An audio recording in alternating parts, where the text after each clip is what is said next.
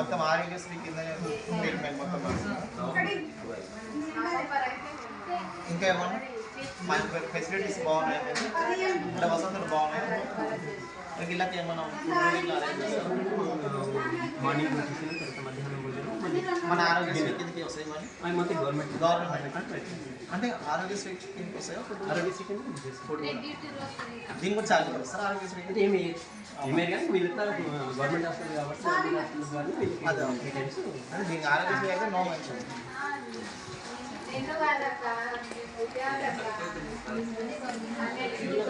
డాక్టర్లు చూసుకుంటారు, మీకు ఇలా మంచిగా చూసుకుంటారు హాస్పిటల్లో, ట్రీట్మెంట్ మంచిగా. ఇప్పుడు మీకు ఆరోగ్యశ్రీ ఉండాలన్నా ఉండాలి కదా. ఇప్పుడు మన పేదోళ్ళకు ఆరోగ్యశ్రీ పనికి వస్తుంది కదా, వస్తుందా? మీకు అందరికి ఇప్పుడు మనకు వచ్చేసరికి మనకు ఏం చెప్తున్నారు ఆఫీసర్లు, 1000 రూపాయలు సేవ్ అవుతుంది ఆరోగ్యశ్రీ వల్ల అని చెప్తున్నారు. ఇప్పుడు మీకు ఆరోగ్యశ్రీ కావాలి,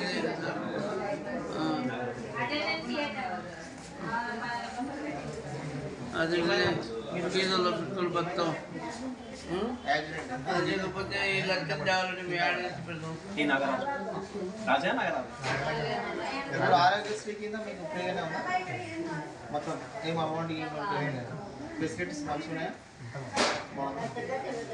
ఓకే, మనకి ఇట్లనే ఆరోగ్యశ్రీ ఉండాల్సిందే కదా, పేదలకు ఉపయోగపడుతుంది.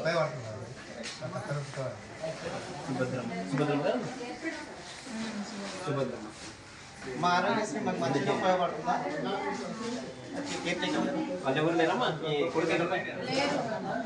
ఇప్పుడు ఎస్టిమేట్ దీంట్లో ఎంతమంది ఉన్నారు పేషెంట్స్?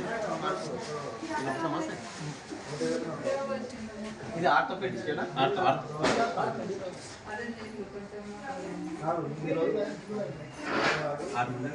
6 మెంబర్స్ అంటే మేము ఏం చేస్తాం సార్,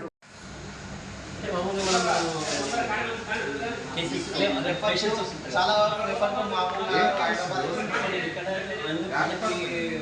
ట్రీట్మెంట్ సెంటర్ మనకి అందుబాటులో ఉండి మనకి ఇక్కడ సదుపాయాలు మనకి ట్రీట్మెంట్ చేయగలుగుతాం అది మాత్రం చేసి మిగతా కానీ మాత్రం మనకి కొత్తగా నూతన అప్తమాల చెంది కానీ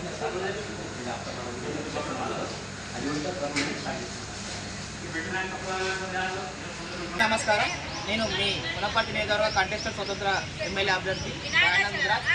ప్రస్తుతం మునపర్తి పట్టణంలోని ప్రభుత్వ జనరల్ హాస్పిటల్ని సందర్శించడం జరిగింది.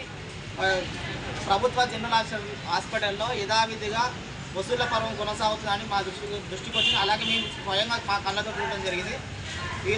అలాగే హాస్పిటల్ సూపరింటెండెంట్ గారిని మేము ఆరోగ్యశ్రీ సేవల గురించి కూడా అడగడం జరిగింది. మేము కాన్ఫిడెన్షియల్ విషయాలు మేము చెప్పమని అనడం అనేది ఎంతవరకు సమంజసం అనేది కూడా మేము వాళ్ళ విజ్ఞతకి విన్నవించుకోవడం జరుగుతుంది.